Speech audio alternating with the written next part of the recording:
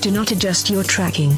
You are now listening to the VH Saturday podcast. Hello, and welcome to another episode of VHS Saturday, the show where we discuss the strange and unusual, odd and obscure VHS tapes that we obtain through thrift, gift, and grift. My name is Henry. And I'm Allison. And this week we are taking a look at a very interesting science fiction film called Zone Troopers. Are you sure it's not a horror film? Because our box says horror film. It's got the little horror sticker on it, but it is not a horror movie. We were misled a little bit. So I went to the thrift store and there was a whole bunch of films from Home Video Express, which is where I actually grew up renting videos from. So it was just a local store here in Washington, right? Yeah. There's two of them. There's one in Tacoma, one in Lakewood. There might have been a few more, but it was a local mom and pop video chain. So I got very excited when they had a fuck ton of horror movies that were previously rentals from there. So I grabbed all of them. I bought literally 70 different tapes. And this one says horror on the side, which is fair because Charles Band's company is responsible for Reanimator, Ghoulies. They do horror and sci-fi. Right. That's their bread and butter. Yeah. So this is more of sci-fi, but also not really. So Zone Troopers came out in 1985. It's directed by Danny Bilson and starring Tim Thomerson, which is the same as pretty much every other Empire Pictures movie. Tim is in every single one, I think, besides maybe Robot Jox. Yeah. The music score was composed by his brother, Richard Band, who also does a lot of other composing for them. He does a lot of composing just in general. He was responsible for Buffy and Smallville, all kinds of shit. Yeah, a ton of stuff. I don't want to jump too far ahead, but we can talk about the music. You're going to talk about the music? Yeah. No, that's fine. We'll talk about the music right now. That's what I was actually going to jump to, because the movie, it's a World War II action romp, but the music feels very bright, I want to say. It's John Williams. It feels very John Williams-esque. So, because this is World War II, the story is we're following this troop of American soldiers in Italy. Well, I mean, it was filmed in Italy, we know that, but the back of the box literally says it's 1944, somewhere in Europe. I mean, you could assume it's Italy, yeah, Empire Pictures is an Italian film company. Well, they're an American company that moved to Italy. Yeah. When you see the credits, I was like, wow, that's a lot of Italian names. I didn't know that going into it. Oh, this was the first one they shot in Italy, too. This was really? The first one when they moved over to Italy. He wasn't happy with how things were being handled in the U.S. for his film, so that's why he went over to Italy. Mm-hmm. And then when the Italian currency became inflated to fuck, he had to file for bankruptcy, and then they moved back over to the United States, and that's when he launched Full Moon Studios. Interesting. We have a few Full Moon tapes over here too. We might get to them. Yeah. We might. Basically, they're in World War II, and they're scoping out the Nazis, or they're trying to see what they're up to. It says that they're behind enemy lines, 10 miles, I think he said. Yeah, so what ended up happening is they accidentally got stuck there, and then their compasses got all fucky at the beginning of the movie, and they're like, well, what's going on? They knew they accidentally stumbled behind enemy lines, but they have no idea how to get back because the compass is all fucked up, and their compass is fucked up, we find out, because of aliens. Yeah, so there's only, 4 or 5 of them? Yeah. And you've got, the typical military group tropes. You've got, the hardened sergeant. You've got the young, big-eyed guy. You've got the jaded one who's seen some shit. Wasn't there 5 of them at first, but one of them died? I remember they had a lieutenant. Then the sergeant took over, I think, after the lieutenant died or went missing or something, right at the very, very beginning of the film. So here's the thing. I was not really paying attention in the beginning because I'm not interested in war movies or anything at all. So I was just tapped out. I was like, all right, wake me up when the aliens show up. And then when the aliens started showing up, I was a little more invested. The cover of this movie also, it's a parody of the Uncle Sam, I Want You. Yeah. But it's the alien pointing, and it says, I want you. And then the logo is Zone Troopers, which I think that might be the Twilight Zone font. It definitely is. And then the tagline is, they take war to a new dimension. I guess. I'm going to be upfront, folks. I didn't really like this movie. It was okay. I like the studio. I like the campy movies they do, but this definitely is a little lacking. I want to say lackluster. it was fairly lackluster for a lot of it. Back, we got a spoiler right here on the back. That's like the end of the fucking movie. Yeah. Well, see, what they're doing is they're baiting you with the aliens, and you're like, oh, sick, I'm going to see this movie about aliens. But the reality is the aliens are only in like 15 minutes of this fucking hour and a half long movie. Well, we have an alien. There's one singular alien. So plot-wise, they find an egg, they find an alien during his night watch. And he's like, oh, no, it's a fucking thing. They think, well, dude, you just saw a deer or a moose. Yeah, like, you're going crazy. You've been out here too long. Yeah. And then the Nazis find the alien? Yeah, we don't really see that, though. We don't see the Nazis for a while. First, we see they're, like, looking around in the woods, looking for the deer, right? Because they're hungry and they want something to eat. Is that what it was? Yeah, then I'm pretty sure that 2 of them went out looking for the deer. Oh, one of them was a reporter.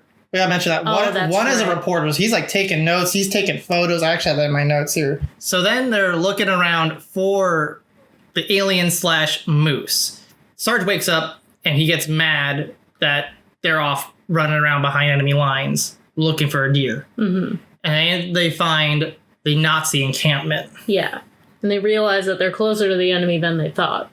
And so one of them gets the grand idea, like, well, shit, there's no one there. Let's go in and check it out. That was reporter dude. He's got to get a scoop. Mm-hmm. And so he's trying to see what, like, the Nazis are up to. But they found the ship before that. Yes. So while they're out running around in the woods, they find this spaceship. First they're finding debris. They're finding debris. Yeah. And then they find the ship. And they crack open the door with his K-bar knife, which I don't think would be able to pry it open like that. I don't think there's enough fulcrum. I mean, I don't know. Have you ever tried to open an alien space door with a knife?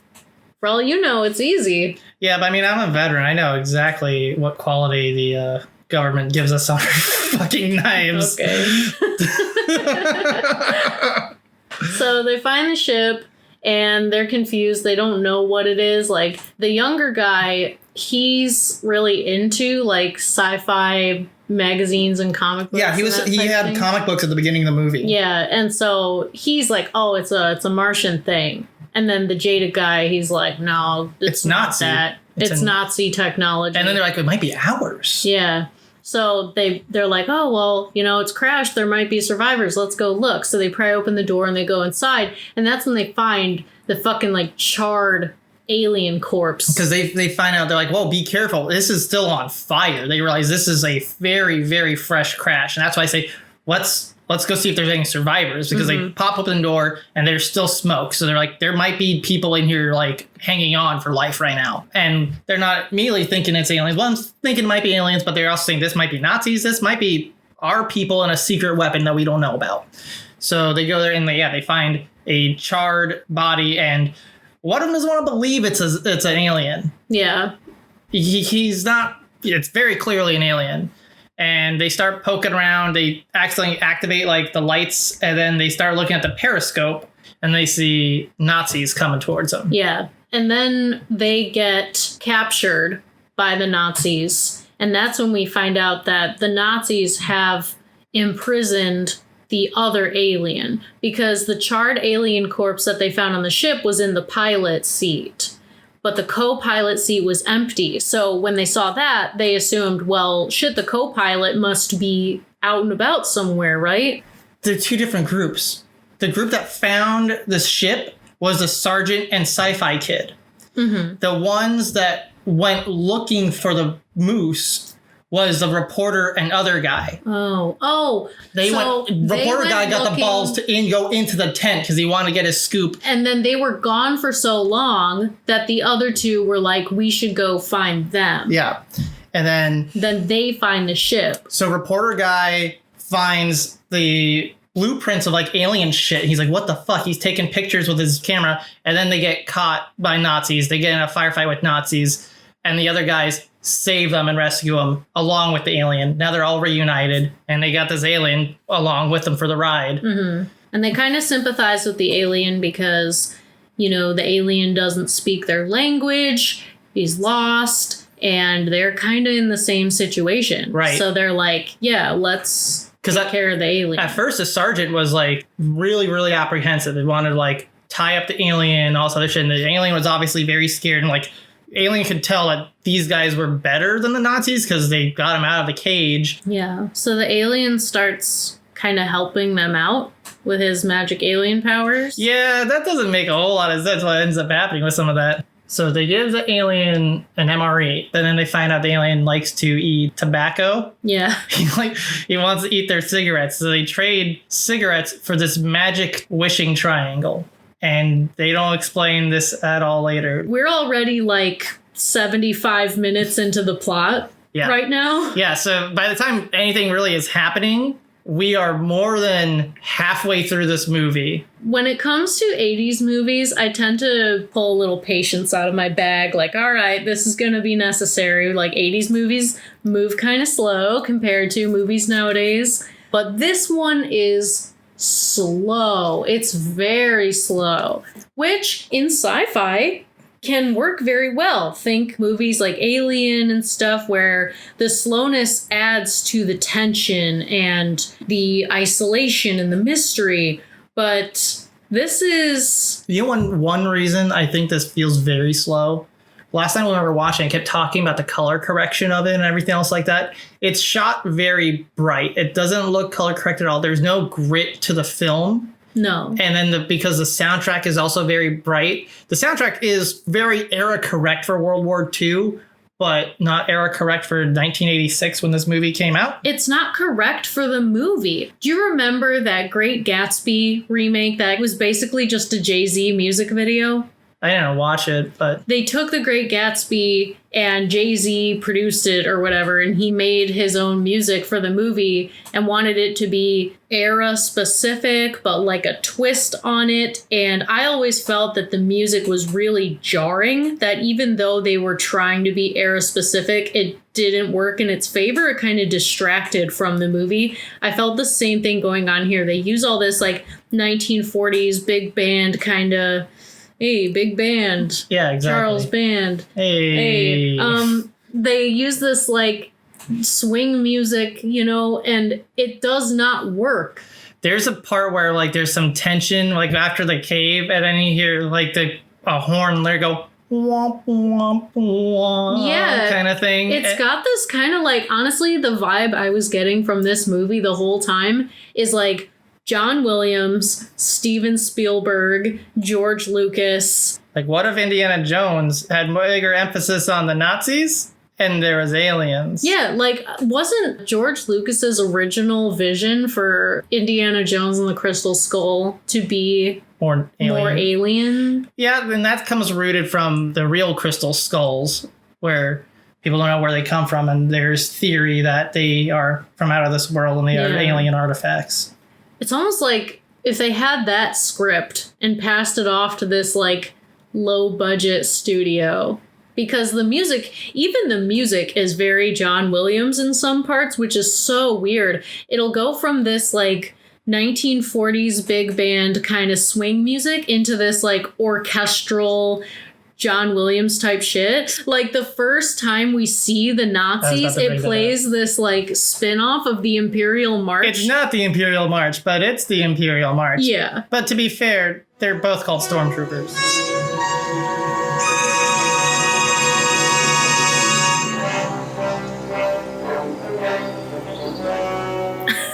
I guess.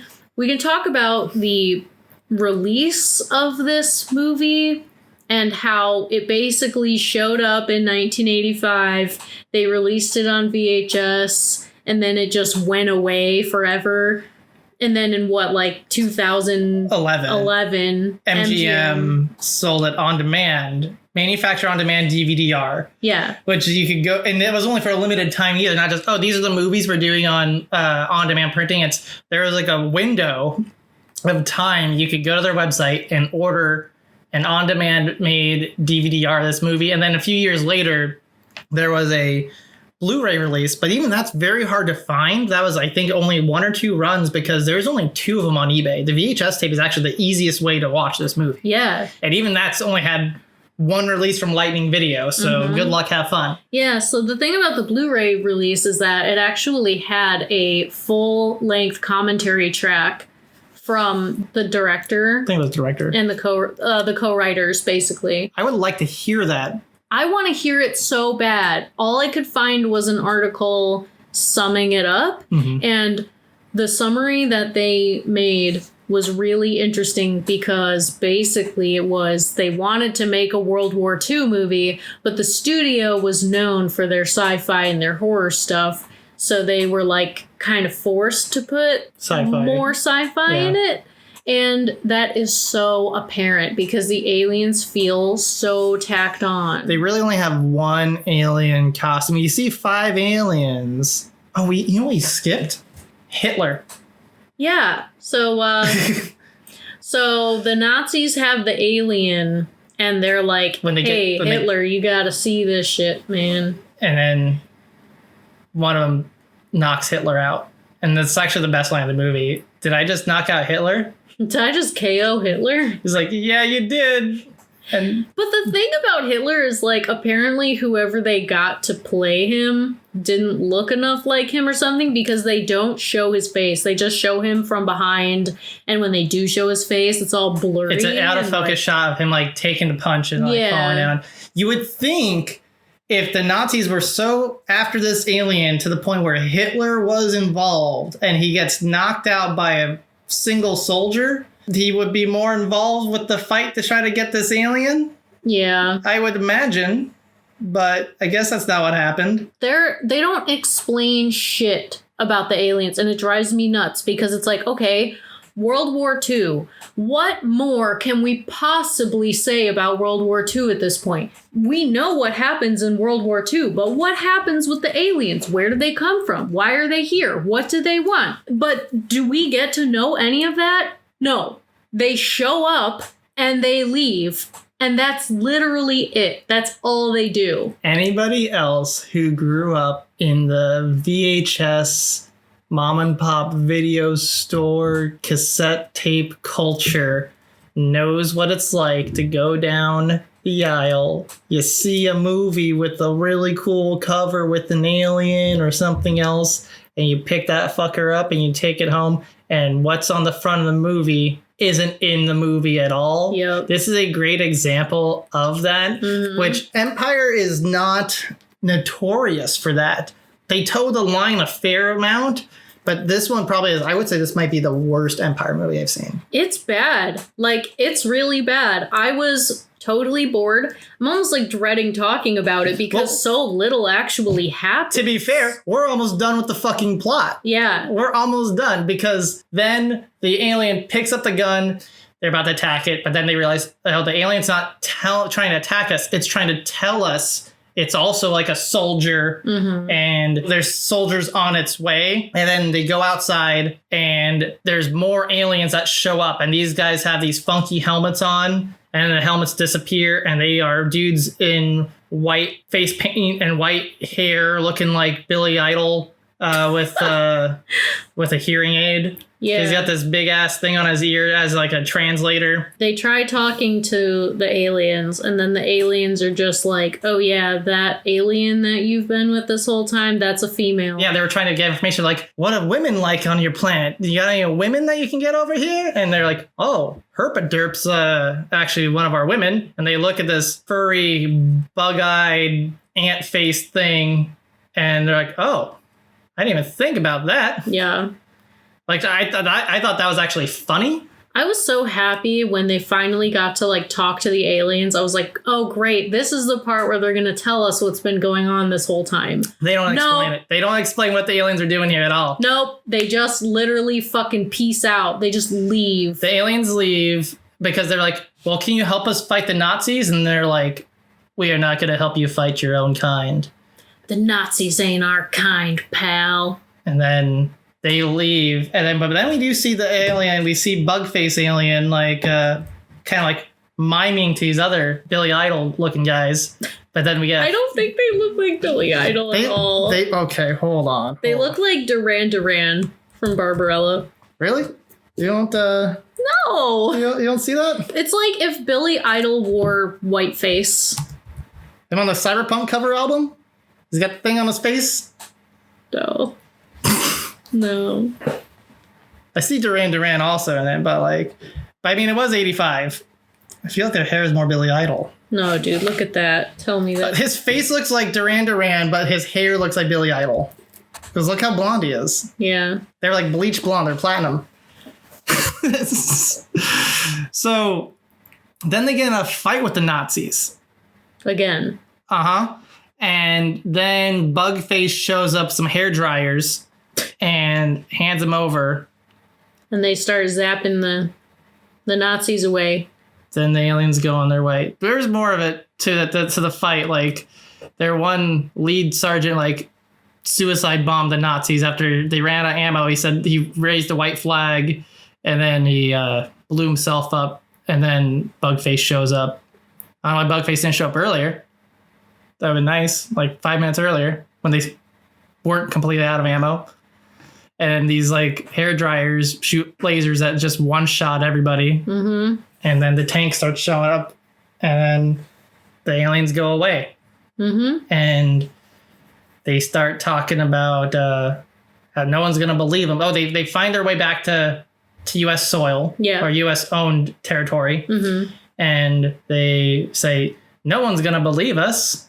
And then it's like, well, you can submit to one of Dolan's comic books. And you're like, well, that might actually work. And the end shot is actually a cover of a science fiction magazine, and says Zone Troopers, and you see this fanciful art depiction of what the movie was, and we zoom out, we see all this military gear. So he got his story published. I thought the ending shot was novel, but that's it. That's the movie.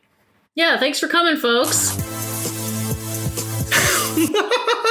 I think it's crazy that I'm thinking about Tater Tomater and how it was only a 10-minute tape, and we were able to talk about that for well over an hour easy. And there's plenty that we left out.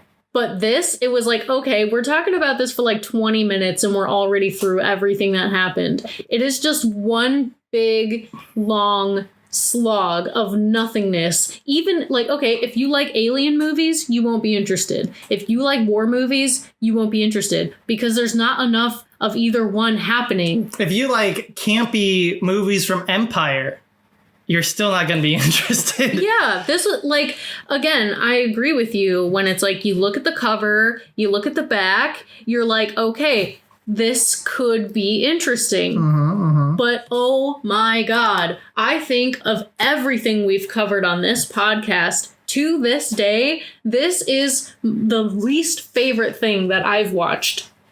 I'm going to read the back real quick, and you're going to feel wow, that's almost the entire movie. Okay. From the producers of Ghoulies, Trancers, and Reanimator come a war movie like no other. That's no lie.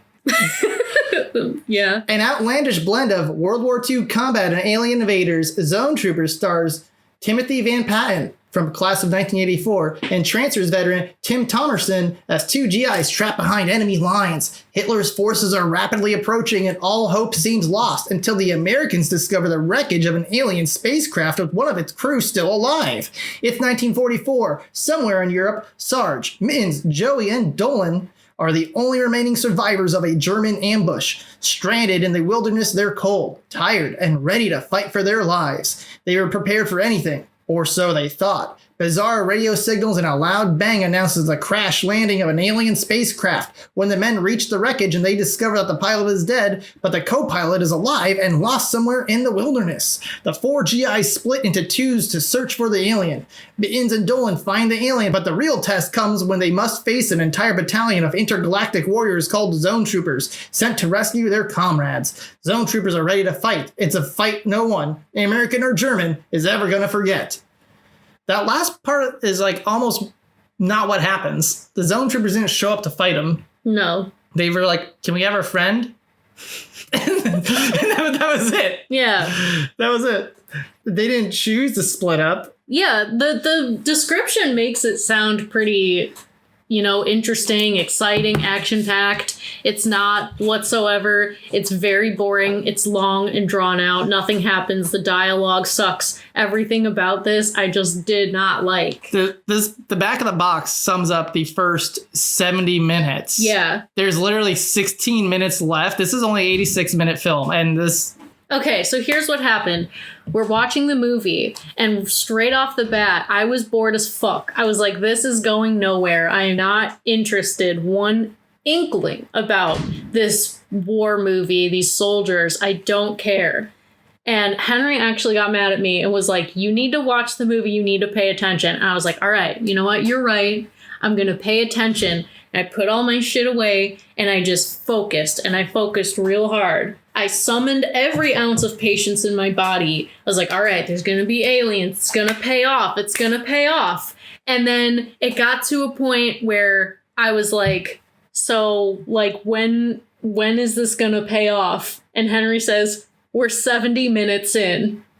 I said there's 16 minutes left. You're like, what? I was like, yeah, we're 70 minutes in, and the movie's only 86 minutes. Yeah. And I was like, you've got to be fucking kidding me. I'm like, well, these better be the most exciting 16 minutes of my fucking life, because something's got to make up for all that I've sat through. I wish they at least had more than one alien, because, okay, yeah, there's 5 aliens, but only one looks like an alien. The other 4 are just guys in white face paint and these, like, shitty space suits. Yeah. Like I said, perfect example of the disappointment that happened to me so much in the 90s of, oh, that looks cool. And you just grab it, and it's in the movie at all. Yeah, when we got this tape and we posted it on Instagram, we did actually get quite a response. Plenty of people were like, wow, I'm so jealous you have that. That's amazing.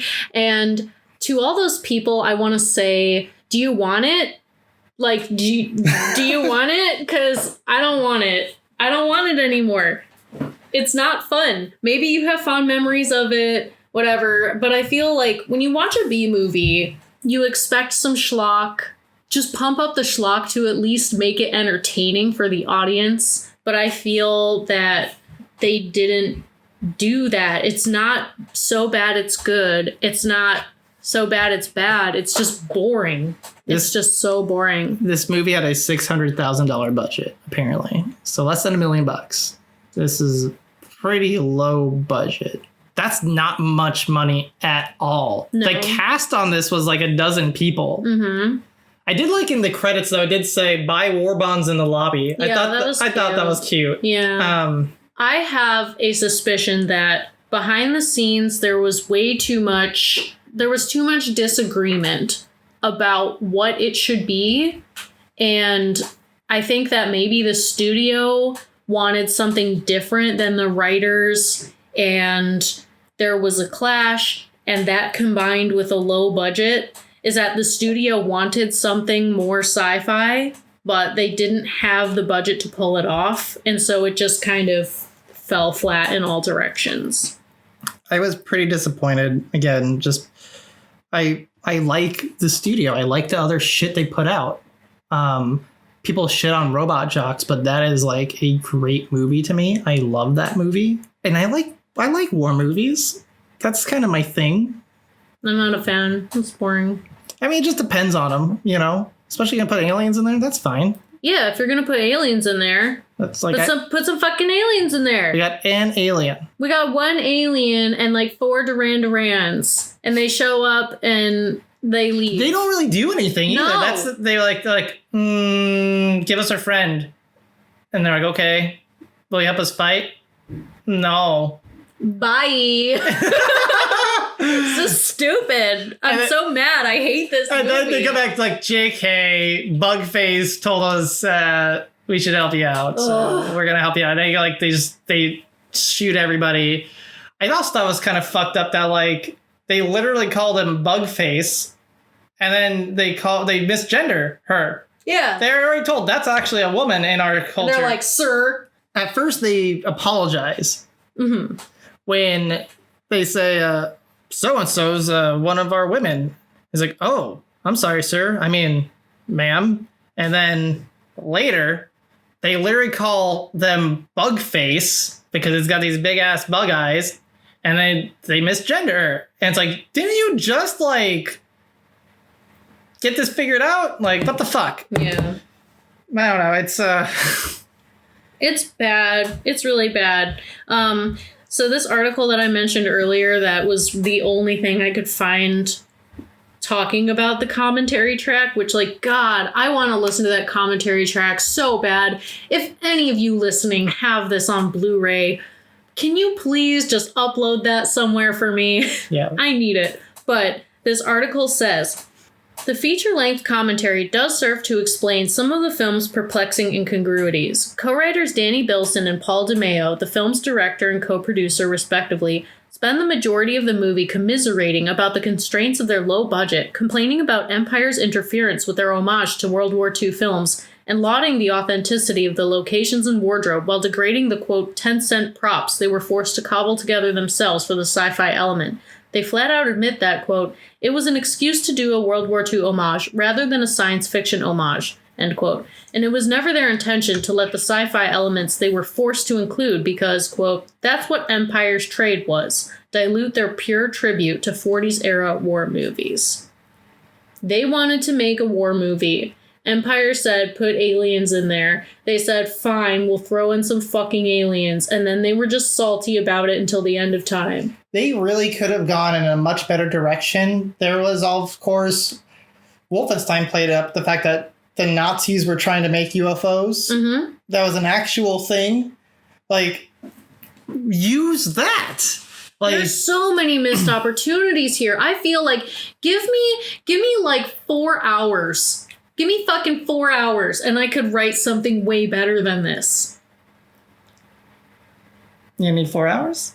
No, not even. Give me 20 minutes. I don't get it. Like, this just feels like such a missed opportunity. All of the pieces are in place, but they just put them together wrong. Yeah. And it doesn't please anyone. There's nothing really redeeming about it. I'm probably going to forget about it by tomorrow. This is a pretty forgettable film, and it's interesting to me specifically how no one else has really reviewed this. No, if you try to find, any other like podcasts or anything talking about it, there's really nothing. A number of my friends were jealous that I got this tape, and then when I posted a picture last night on Facebook when we started the movie, which it opens up straight up with the title screen, by the way, I was like, aliens and Nazis and World War II. And my friend was like, that sounds amazing. And I was expecting at least a So Bad It's Good. I was expecting maybe just your typical B movie, but it was I thought it was semi-enjoyable. Like, I watched it and like I wasn't hating it, but there's not a lot to make me want to say I want to see it again. And I was incredibly let down. I feel I was very let down by the ending itself. Like, watching the movie, I was like, okay, all right. Yep, I'm with you. And scene. And it's like, oh. It just ends. It's like, that's it? Yeah, just when you think they're going to explain all the alien shit, it's over. It's just the aliens show up with some like extra guns. They literally just hand the guns over to the two other guys. They immediately know how to use them. Well, one knows how. The other's like, I don't know how to use it. He's like, hold it like this. And they just start shooting. And it's not even like an interesting way they shoot them. It's just like these like blue laser beams just slowly go across the screen. Yeah. They freeze, they glow blue, and they disappear. And then, I wish the sergeant stayed dead at the end. Yeah, what the fuck? He just shows up. They had mentioned multiple times that, like, he has died so many times, that there's so many legends that have gone around about this sergeant that has, like, lived through so many fights. He's been shot at and blah, blah, blah, but he's, like, lived through them all. And then that's not even, like, explained, really. Just that, like, he gets called lucky, and he's like, it's not luck. You know what it is? It's this. He points to his like armor and he's like, in this, and he points to his helmet and he's like, U.S. government issued, blah, blah, blah, blah, blah. It ain't luck, blah, blah, blah. It's my equipment. And sure, you're supposed to trust your equipment. That's how come in the military and basic training, they make you go through a gas chamber. Did you know they that? really? Yeah, they had to go through a gas chamber. Put on this chemical suit and you put on your gas mask and you're put into this room with CS gas going, and what you have to do, and you could feel it. Like if you don't get the seal on your hood properly, you could feel it on your scalp. It like burning your skin. Holy shit. And what you're supposed to do is remove the gas mask, and you have to give your reporting statement, which is Sir Airman Air reporting blah blah blah blah blah blah blah. You tell like what unit you're in, and then you are given the okay, and you go outside. And when you come outside, there's people directing over here, and you have to like keep your arms in a T shape, so you're T posing, and you're like running outside, and just your eyes are burning, you're tearing up, you can't see shit, everything's blurring like fuck. You also can barely see if you wear glasses because you have this gas mask on, so you have these like gas mask goggles on instead of your normal. They're prescription, but they're still. And then you just got snot dripping out of your face all over you. If you have any kind of sinus, it clears anything out. I mean, at least you're being positive. They tell you, they're like, if you have any kind of cold or sinus, anything right now, you're going to feel great after that. And it's true. It clears everything out of your system. Any kind of mucus buildup you got just drips out there. You feel better in like a couple minutes. Wow. It's funny to laugh about now. But yeah, they do that to make you trust your equipment. Because if you don't want to do things if you're like, I hope this helmet holds up. Yeah. Right. It might not, but you go into something expecting it to work. Just like imagine driving a car like, hope this seatbelt saves me. No, you're going to trust that your seatbelt is designed to save you, right? Why do we always circle back to crash dummies, dude? Every single fucking time. Don't be your dummies. So buckle your safety belt. Yeah. Wow, Henry, that story was so interesting. If only the story in this movie was even close to that level of interesting.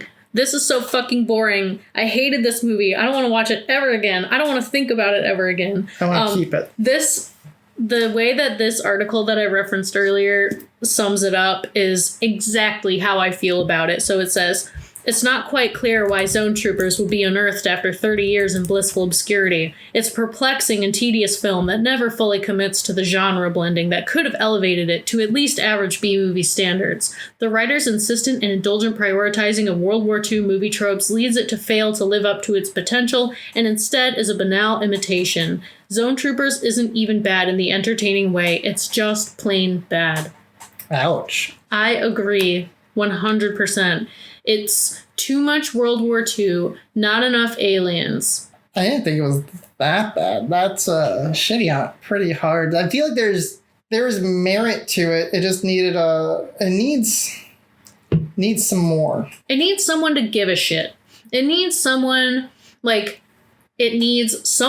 really into sci-fi and someone who's really into World War II movies to come together and try to agree on what to do instead of like forcing these World War II story people to include aliens. Like I said, there's so many things that are World War II with aliens.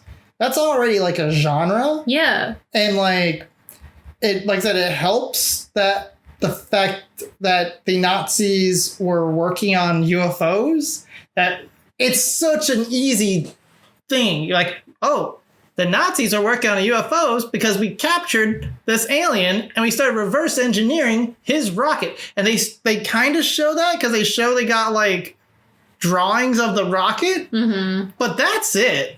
We could have gotten to like way more detail. Yeah. The fact that they don't explain what the aliens are doing at all. When they're looking through the cockpit, they say they found some, they're like, oh, looks like they're doing surveillance. And they find like, they're holding up like film strips because I guess the aliens also use film the same way that we do here on Earth. Sure, why not? That's fine. Tedious is such a perfect word to describe this movie. Tedious. It was so hard to get through. I tried to be patient and it didn't pay off and it was just disappointing. Save yourself the time. Don't watch it. Maybe watch it. I don't know. It's on YouTube. Yeah, it's the whole movie's on YouTube. There's more uploads of it on YouTube than there are reviews of it on YouTube. I think we're going to be like the second YouTube review of it. I know. Which is very weird. This is probably one of the... Oh my God. is this actually the most obscure thing we've actually covered? Probably. Because even Tater Tomater, which was our pilot episode, which is this weird student film, was shown on Public broadcast. It was shown on public broadcast. It was also shown on a normal TV channel. And it kind of had a cult following that went on for a while. It had a website and they sold merch and people remember it fondly. I don't know. It's just so fucking weird. Yeah. This is something else. Like, I've seen more people have uploaded Tater Tomater onto YouTube itself than people have uploaded anything revolving about this movie. Yeah, I think that this is the kind of thing that sort of deserves to stay in obscurity. There's nothing really special or groundbreaking or interesting or exciting about it. I don't feel like I'm walking away with any kind of enlightenment or I don't know. I want the poster. The cover looks cool, but that's why we're here. We got duped. I'm blaming Maitreya. He told me he was jealous of my copy, so I was like, oh yeah, let's just watch this. All right. Yeah. Fuck you, Maitreya. No, Yeah. no, actually, fuck you. He has like a box of tapes for me. Like our Chief Maitreya.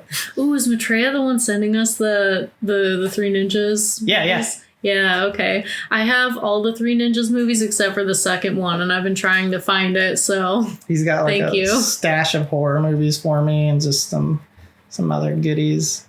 Yeah, meet up with him. I just sold him a copy of Ninja Turtles for NES. nice. Yeah. There's other stuff we could talk about with this. Well, we got to fill about 20 more minutes, so go ahead.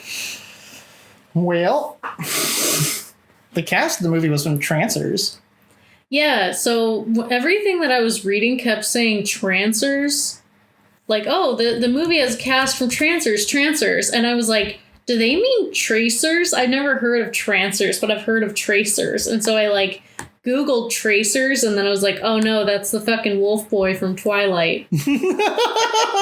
Yeah, when you told me that, when you first said his name, Taylor Lautner. I was like, uh-huh. And you're like, Wolf from Twilight. I was like, ah, yes, thank you. I know this man's no shirt. Yeah, no shirt guy from Twilight. No, Trancers is another sci-fi movie by Empire starring a lot of the same people. I've never seen it, but I mean, can it be nearly as bad as Zone Troopers? I doubt it. Well, they made 6 of them. Jesus Christ. They made 6 of them going up to from 1984 to 2002.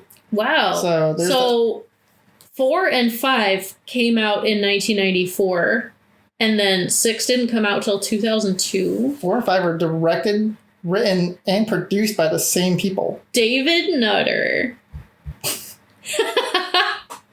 Oh, he worked on Game of Thrones. What? Yeah. Oh, Dark Angel, Roswell, Smallville, X-Files, Huh. Terminator, the Sarah Connor Chronicles, Supernatural. Interesting. He's a big nutter. What a nutter. God damn it. The last movie in the Trancers series is made up mostly of stock footage from the other films. That sounds really lame. That sounds amazing. Because it's terrible. Look at that box art. That looks like some Neil Breen shit. Oh, that's giving Mr. Breen too much credit. Oh my god. You think Neil Breen could get a prop gun that good? No. He would just get a Nerf gun. He would just get a shitty old laptop. No more books! No more! No more books! God, like, just surrounds himself with laptops because he's always the best computer hacker. Everything. Hack the planet. Hack the planet! Hack the planet! That's a good movie. Hackers? Yeah. Dude, remember good movies? Feels been so long since I watched one. Should we just make a new podcast about good movies? Nah. I mean, look, this is what comes with the format, right? When you talk about shit that's obscure, sometimes it's obscure for a reason. Yeah, exactly. And I feel that Zone Troopers is obscure for a reason. There's nothing really redeeming about it to make people want to come back to it, so... Maitreya just texted me. He knows we're talking about him. Ooh, we got some Universal horror movies.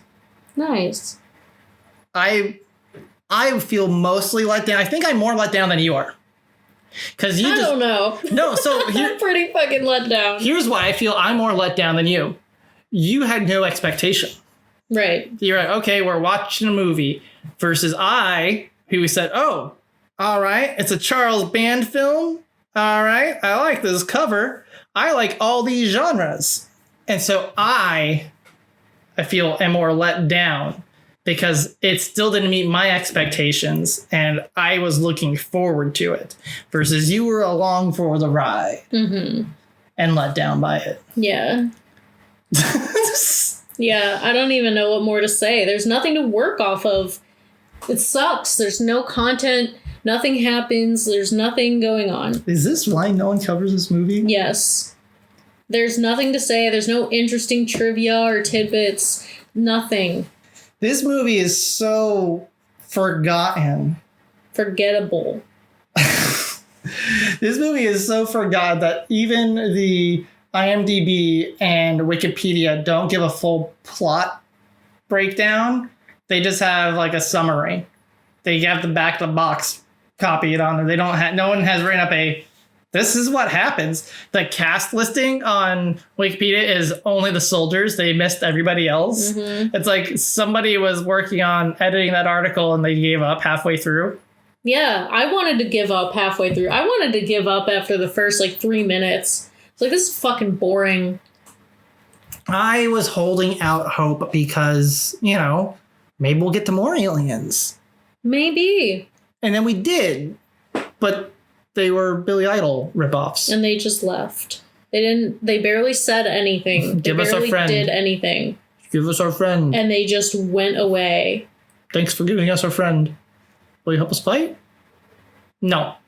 But it's like, yeah, okay, so you got a quota, you got to put the aliens in 15 minutes of the movie. Like, okay, quota met. Peace. That's a wrap. The aliens should have been with the Nazis for a second. I feel like they should have been having that kind of conflict, but no, they're the bad guys. And Oh yeah, you want to pad out the episode of this podcast? We can go on forever about what they should have done. Because it's so fucking obvious. There's so much to say.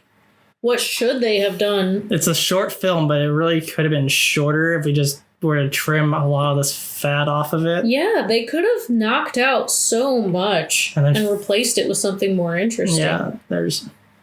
like the aliens. Talk about the fucking aliens. Maybe, maybe they shouldn't have taken the helmets off the other aliens. Don't let me know it's just a albino guy. Yeah. Just leave their big ass, Darth Vader knockoff helmets on there. They look more like aliens. That would have been better. Why do the aliens wear parachute pants? That's the style. On Mars? On Mars. Parachute pants? Yeah, they're coming back. You think parachute pants are back in style on Mars right now? No? Well, we know what's on Mars now. Mars is a planet with a population entirely of robots. Yeah, dude. I wish I could live there. The Brave Little Toaster went to Mars. I forgot about that. Yeah. I've only seen the first Brave Little Toaster. I think I've seen the other ones, but I can't tell you anything about them. Yeah. It's been at least 30 years. Brave Little Toaster is just nightmare fuel, dude. I watched the first one again probably about 10 years ago because it was on TV. I was like, holy fuck. It's scary. I'm going to talk about a horror movie. But that second one? Which one did they go to the junkyard? That's the second one? That's the first one. First one? Okay.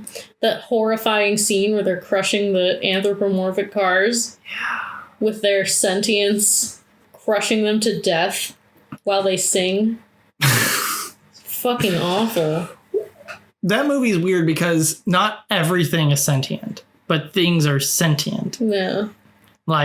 Is a pen sentient? If the director chooses it to be so. Why is a blanket sentient but notebooks aren't? Well, The Brave Little Toaster was actually based off of a short story. I think it's technically a novella. And it's it's not nearly as horrifying. It's just a real simple story. Nothing crazy happens. Interesting. Yeah, so fucking scary for no reason. I love it. Yeah. I relate to that scene where He puts the toast in the toaster and then it pops up and then the toaster looks totally stoned. Toasted, if you will. I feel like you relate more to a frame than a scene. Yeah. Yeah. You relate to a singular animation frame. Yeah, I use that avatar to represent myself all over the internet. I love when we went VHS hunting at Al's and they have The artistic representation of it. I should send that picture to Alex. She's the one that she runs the store. That she's friends with me now. The other day we were talking about just feeling ancient because she went someplace and they had a MAME arcade machine. She's like, what the fuck? This is definitely not legal. And we were just talking about that, and I talked about building my MAME arcade machine 20 years ago, and now I feel fucking ancient. And she's like, I feel ancient. I work at a retro store. I feel ancient every day. I was like, and I shop at your retro store. So yeah. I was like, I shop at your retro store to buy VHS tapes that I cover them on my podcasts. So I feel ancient. Yeah. If anybody has a list of Empire and Full Moon movies to avoid, I would appreciate that. They have a long list of titles because they just cranked shit out. And it's all kind of sort of the samey, but I was let down. I was expecting miniatures because they're known for Puppet Master, Ghoulies, Troll, Robot Jacks, Robot Wars, but not the BattleBot style competition Robot Wars, but this other movie that was released as Robot Jox 2 in some countries, which is weird because they have the same actors, makes it seem like it should be a sequel, but the actor died in the first movie, so he shouldn't be in the second one as a different character at all. That makes no sense. Oh, speaking of, the alien was in one of the earlier scenes. The alien? The actor for the alien that wore the alien costume. I mean the guy who played the alien. Yes, the guy who played the alien played a U.S. soldier in the opening battle against the Nazis before they got behind enemy lines. Recycling cast members, At least it makes sense. He wasn't wearing an alien mask. Yeah. It's like that time at A-Kon. I think I told you about this when I was dressed up as Ghost from Modern Warfare 2 and some weird guy was weirding me out when I was having a conversation, and then we went to a hotel room party and he was there and he was all trying to show me his weird erotica artwork. So we came up with the idea of leaving and coming back with me in a different cosplay because my first cosplay had me wearing sunglasses and a mask. So if I came back wearing a different cosplay, he would not recognize me at all. And I could still hang out at this party. So I came back dressed as Ichigo from Bleach. It wasn't even my costume. I borrowed Michelle's costume. We went back to her hotel room. Oh my god. Yeah. Fun times. I miss conventions. Yeah. I can't wait till we can vend at conventions. Because we're going to become vendors at conventions to shill the show. We're going to become vendors on Saturday, May 8th. At Spasm, the South Park swap meet part of Punk Rock Flea Market in Seattle, located in the parking lot of Big Top Curiosity Shop in West Seattle. Yeah, please come check us out. We'll have tapes for sale, all kinds of stuff. Stickers, strange tape zines, bunch of anime, a bunch of horror tapes, bunch of other cool booths that are there. It's a great time. Yeah, and if you just want to come say hi, come say hi. It's $1 to get in, but there's a ton of vendors. There's also food trucks. It's a good time. We went just to hang out once a few weeks ago. We just paid $2, got in, and took a few laps. Yeah, there's a lot of cool stuff there. So if you're interested in obscure shit, weird curiosity, whatever, you'll have a blast. So come on by. They start at 11 a.m. till 5. Okay, so 11 to 5, Saturday, May 8th. That said, Zone Troopers is an obscure film that shall remain in obscurity. Yeah. Thank you for listening. Be sure to follow us on Facebook, Instagram, and Twitter. Subscribe on Spotify, YouTube, Apple Podcasts, wherever you listen to podcasts. We are also on TikTok now. Yeah, that's true. So follow us on TikTok at VHS Saturday. Check out our website, vhsaturday.com. You can join our mailing list if you would like to sign up for updates. Everything VH Saturday. Thank you so much for listening, and we will see you next week. Until then, remember, be kind, rewind.